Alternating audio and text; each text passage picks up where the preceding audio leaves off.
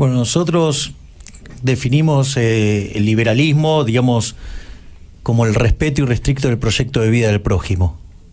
Y eso es un elemento muy interesante porque siempre va sobre la base moral de cuando vos haces una política.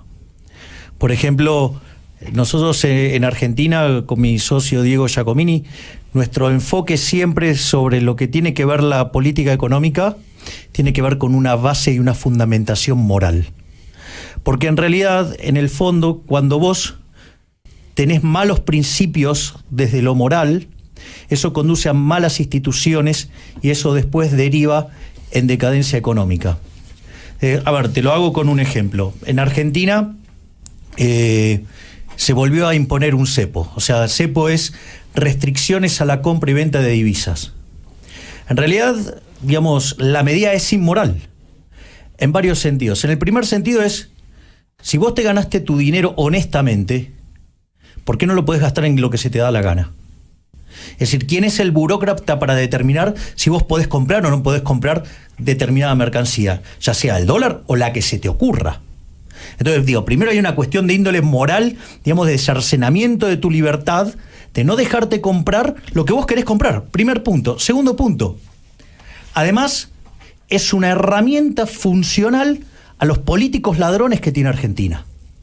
A ver, la historia de Argentina es una historia donde el Banco Central fue un mecanismo de falsificación y estafa. Digo, cualquiera estaría en contra de la falsificación y cualquiera estaría, digamos, en contra de lo que es la estafa. Y en el fondo, la inflación no es ni más ni menos que una estafa. Argentina, por ejemplo, desde que tiene Banco Central en 1935, le quitó 13 ceros a la moneda, va camino a 15, existe un riesgo de hiperinflación. Y una de las cosas que hizo el argentino para cubrirse de esa estafa, digamos, que los políticos le roban a los argentinos, es justamente cubrirse en dólares. Entonces, ¿qué es lo que hacen? Lo que hacen con el cepo es no permitirte comprar dólares, te permiten, digamos, entonces acumularte en pesos, por decirlo de alguna manera, que es sobre lo que te cobran impuesto inflacionario. Es decir, es un mecanismo por el cual te roban. Entonces la pregunta es, ¿vos te parece bien, digamos, que se impongan instituciones para robarte? A ver, digamos, la primera cuestión, digamos, es, ok, digamos, yo entiendo, digamos, que el ser humano es un ser gregario, vive en comunidad, y eso, digamos, forma parte natural de las instituciones del capitalismo. Es decir, una de las instituciones del capitalismo es la división del trabajo y otra es la cooperación social. Y justamente, digamos, el hecho de que somos todos distintos, y gracias a Dios que somos distintos, y que existe la división del trabajo y que genera la potencialidad de generar todavía más productividad, se genera la cooperación social. Por lo tanto, el ideario libertario no está reñido ni de patadas contra la vida de la comunidad, porque justamente eso es lo que permite la división del trabajo. Y es más, si cuanto más grandes sean las comunidades, mejor, porque permite más división del trabajo. Digamos, eso ya estaba en Adam Smith, digamos, donde la división del trabajo está limitada por el tamaño del mercado. Ese es el primer punto. El segundo punto es, lo que son los bienes públicos. O sea, a ver, digamos, los bienes públicos para mí es una cuestión de discusión, porque, a ver, se supone que un bien público tiene que tener dos características para ser encuadrado de bien público. Uno es el principio de rivalidad. Es decir, a ver, si yo agarro, digamos, una torta y me la como, vos no te la vas a poder comer. Eso es, digamos, eso es un bien rival, o sea, lo consumo yo o lo consumís vos. Y el otro es la exclusión, ¿sí?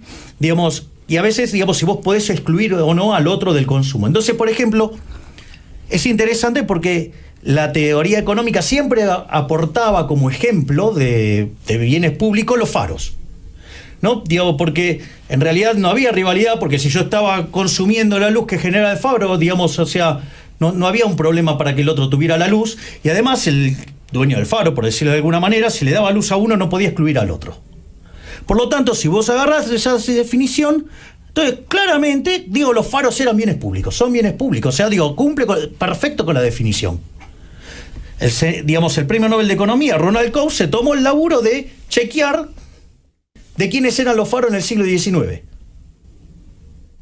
eran todos privados.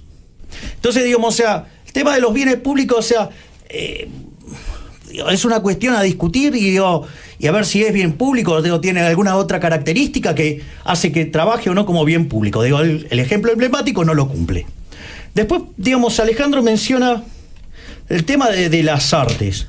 Digo, a ver, digo, para definirlo con bien público, digo, ¿quién es el dueño del dedo que dice que lo que estás viendo está mal? Digo, porque, a ver, a mí de repente me puede gustar Dalí y, no sé, puedo decir que Picasso es horrible. Entonces, digamos, va a haber alguien que coactivamente va a estar sacando recursos, ¿sí?, para financiar lo que él considera que es arte, con lo cual, digamos, me parece extremadamente violento. Aparte, digamos, ¿quién soy yo para determinar desde la poltrona, utilizando un mecanismo coactivo de financiación, ¿sí?, para estar financiando lo que yo considero que es arte, cuando el mercado no lo validó? Es decir, a ver, si el mercado lo hubiera validado, definitivamente existiría, y si no, no existe. Entonces, en el fondo, estoy decidiendo subsidiar a alguien con la plata de otro que claramente no quería usar esa plata en eso, porque si no, no existiría.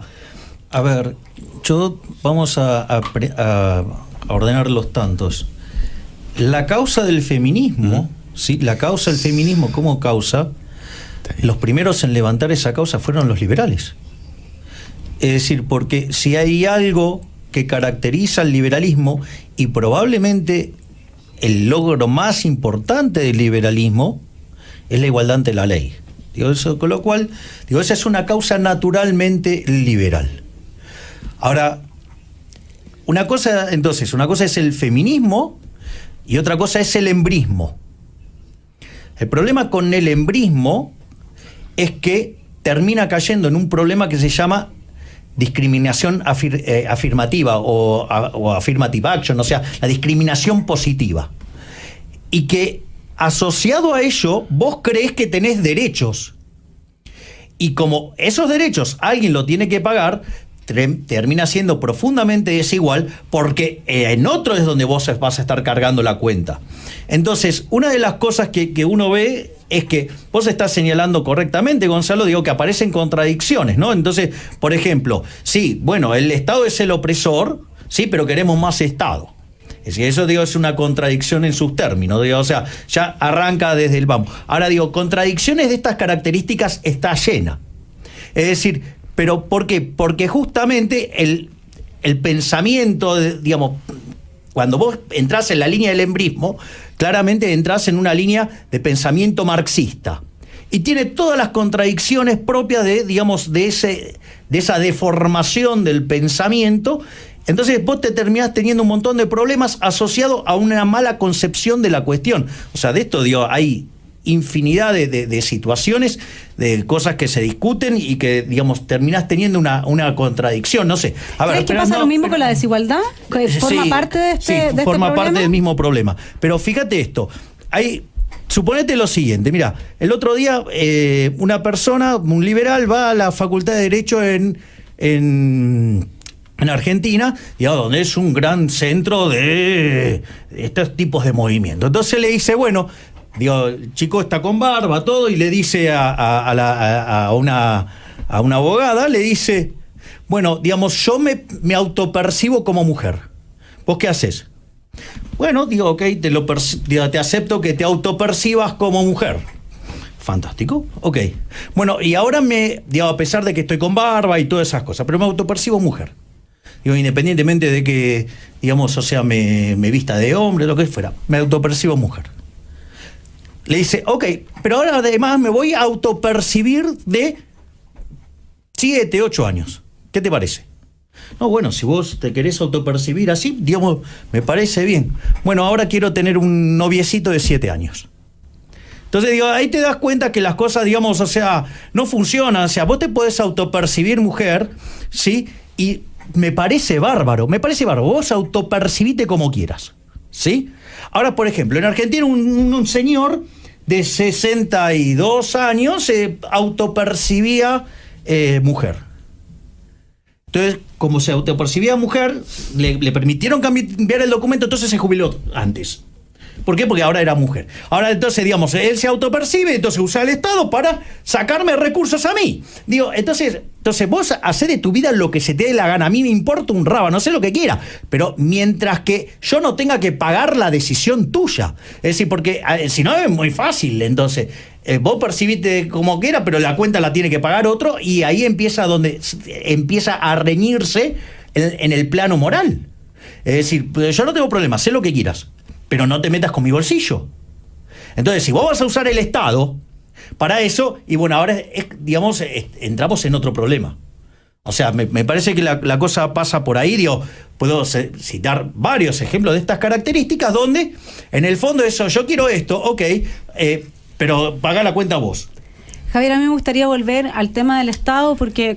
A ver, en Argentina, digamos, o sea, se te muere gente, digamos, tenés salud pública, gente, digamos, o sea, muriéndose de cosas del siglo XIX, pero, digamos, o sea, le pagamos las prótesis mamarias a los hombres que quieren volverse mujeres. Es decir, Alejandro, digo, sin lugar a dudas... Argentina es el país con la ineficiencia técnica del gasto público más alta del mundo, es el peor de la región y además con los políticos más chorros del universo. Digo, eso no hay duda, se afanan 5 puntos del PBI, son una basura. ¿Sí? Digo, con lo cual, digamos, en eso estoy de acuerdo. Ahora, digamos, pero digo, ¿qué es lo que me muestra mi experiencia a mí de ver 90 años de socialismo? O sea, porque, digamos, arrancó con poquito y de ser el país más rico del mundo somos 70 y camino a estallar y estar mucho peor.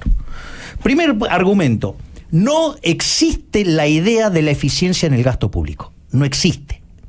Friedman decía, mira, hay 4 formas de gastar. Podés gastar tu dinero o el de otros, lo podés gastar en vos o en otros. ¿Cuál es la mejor forma? Gastar la tuya en vos mismo. ¿Por qué? Porque sabés lo que te costó ganarla y sabés muy bien en qué la querés gastar. Primer punto. Con lo cual, no hay mejor forma que gastar tu dinero en vos mismo. Digo, maximización del beneficio. Ahora, vos podés gastar tu dinero en otros. Ejemplo, cuando haces un regalo. Vos vas a hacer un regalo, tratás de quedar bien gastando lo menos posible. Minimizás el costo. La otra alternativa es gastar... No te voy a invitar a mi cumpleaños. No te voy a invitar a mi cumpleaños. Digamos, o sea... entonces, digamos, la otra alternativa es básicamente gastar la de otros en vos mismo. Yo siempre recuerdo, digamos, el caso de que yo viajaba mucho, por trabajo viajaba muchísimo. Entonces un día me encuentro, digamos, con otra persona que estaba en el aeropuerto y entonces, claro, cuando llaman, digamos, él se va en primera. Entonces me hace todo un discurso de por qué él viajaba siempre en primera y que esto y que lo otro. Tenía toda una argumentación de por qué él viajaba en primera. Claro, el problema es que yo viajaba tanto que voy y me lo encuentro en plenas vacaciones con la familia. Iba en el gallinero. Es decir, ¿por qué? Porque la otra gastaba con la del jefe.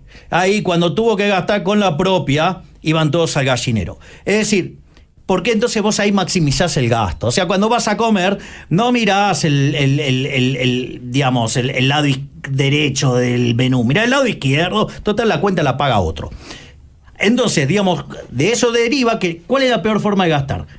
Es gastar el dinero de otros en otros. O sea, ¿qué es lo más irresponsable que hay? Es decir, el Estado toma decisiones por plata que es de otros, sobre cosas que van a otros. O sea, el peor de los mundos. O sea, no sabe, digamos, o sea, y eso es muy importante, porque en un momento, digamos, o sea, Alejandro traza la equivalencia entre el Estado y una empresa. No, esa equivalencia no existe. Porque cuando la empresa se equivoca, la pierde el empresario. Cuando el político se equivoca, la cuenta la pagamos nosotros. Entonces, digamos, no es lo mismo. No es nada, no Javier, tiene nada que ver. agregar No, 2 puntos a lo que estás diciendo. Quiero decir otra cosa. No, porque hay varias cosas acá. Como el tema argentino. Ok, está bien, digo, tengo todo. Acepto todos mis defectos. Está bien, hombre, o sea, digo, pero me parece que hay un montón de cosas que no se pueden dejar sueltas. Y el otro tema son los impuestos. Lo que hay que entender, digamos, o sea, como elemento esencial, que los impuestos son un robo. Vos no los pagás voluntariamente, porque si lo pagaras voluntariamente, digamos, no habría ningún problema. Ahora, el tema es que si vos no los pagas, vas presa. Es decir, bueno, no tenés opción, no lo pago, no, esto no me gusta. No, si no lo pagás, vas preso. Es decir, esto está impuesto. O sea, digo, el término impuesto. Es más, digamos, todavía, y es más, me irrita aún muchísimo más cuando hablan de contribuyente. Digo, eso ya me parece un escándalo, porque es lo mismo que, digamos, o sea, el violador llame a la víctima novia. O sea, sería lo equivalente. O sea, digo, entonces lo que hay que entender es que los impuestos son un robo. Bueno, digamos, lo primero que hay que entender es que si los comunistas y los socialistas supieran de economía no serían ni comunistas ni socialistas. Básicamente trabajan con una mala teoría del valor, que la teoría del valor trabajo, digamos que fue abatida brutalmente por autores como Gibbons, por el caso, digamos, de Menger o por el caso de Valradio. El preferido de esos para mí es Menger, pero es un problema de preferencia. A ver, pero quiero, y esto vincula con algunos de los temas que... mira, ¿qué es lo que pasa? A ver, digamos, vos podés tener el 100% de una torta que no tiene nada. O sea, vos me vas a decir que entonces tenés el 100% de la torta que no tiene nada. Ah, fabuloso, o sea, te morís de hambre. En cambio, digamos, seguramente va a ser algo muchísimo mejor que tengas, no sé, el 5% de una torta de algo, ¿sí? O el 10% de algo. Entonces, lo que no se dan cuenta es que ese tipo de pensamiento lleva a la destrucción de la torta. Es decir, primero que no existe el concepto de la torta. Sí, pues eso es una mala concepción derivada de una mala teoría económica. En realidad el mercado es un proceso de distribución dinámico, ¿sí? Entonces, cuando vos te pones a tocar y a redistribuir el ingreso, lo que haces es afectar a los incentivos y en términos dinámicos después la torta además termina siendo más chica. En el caso de los socialistas lo que terminan haciendo es destruirlo todo. Es decir, pero te lo voy a poner en una figura, digamos, que muestra la inmundicia que es el socialismo, que es Procusto. Es decir, el caso de Procusto. Procusto era un tipo obsesionado por la igualdad, porque todos seamos iguales. Sería un desastre, algo que seríamos todos iguales, porque, digamos, no habría división del trabajo, digamos, o sea, no habría sentido la cooperación social, sería una inmundicia al mundo, sería una guerra. Pero al margen de esa situación, fíjate el caso de Procusto. Procusto, ¿qué hacía? Invitaba a su gente a la casa. Les daba de comer, ¿sí? Y les daba alcohol, ¿para qué? Para que quedaran borrachos y quedaban tontos. Entonces, ¿qué hacía? Los invitaba a dormir. Entonces tenía una cama, Procusto. Procusto es el socialismo. ¿Qué hacía? Lo ponía en la cama. Si era demasiado alto, le cortaba las piernas y le cortaba la cabeza. Si era demasiado ancho, le cortaba los brazos. Y si era demasiado corto para la cama, lo estiraba. Es decir, con lo cual era un torturador, era un asesino. Sí, era un asesino, era un señor sangre. Sí, eso es el socialismo. ¿Por qué? Porque no hay nada más disparatado que exigir la igualdad de los que somos desiguales. Entonces, digamos, o sea, la única forma en la cual vos podés hacer eso es mediante la violencia. ¿Sí? Y, digamos, yo no creo que una sociedad violenta sea mejor que una sociedad que respete restrictamente el proyecto de vida del prójimo. Ahí, de hecho, fíjate esto. Cuando, digamos, Alejandro habla de la solidaridad, ¿acaso, digamos, la solidaridad tiene que ser hecha a punta de pistola? Porque cuando la hace el Estado es a punta de pistola. Es decir, la redistribución del ingreso, la justicia social, es un robo y un trato desigual frente a la ley. Entonces yo quisiera saber si Alejandro está a favor del robo y del trato desigual frente a la ley. A mí me parece una inmoralidad. Ahora, si a vos te parece bien robarle a la gente para dársela al que el burócrata quiere, tenemos una diferencia de valores morales. Alejandro.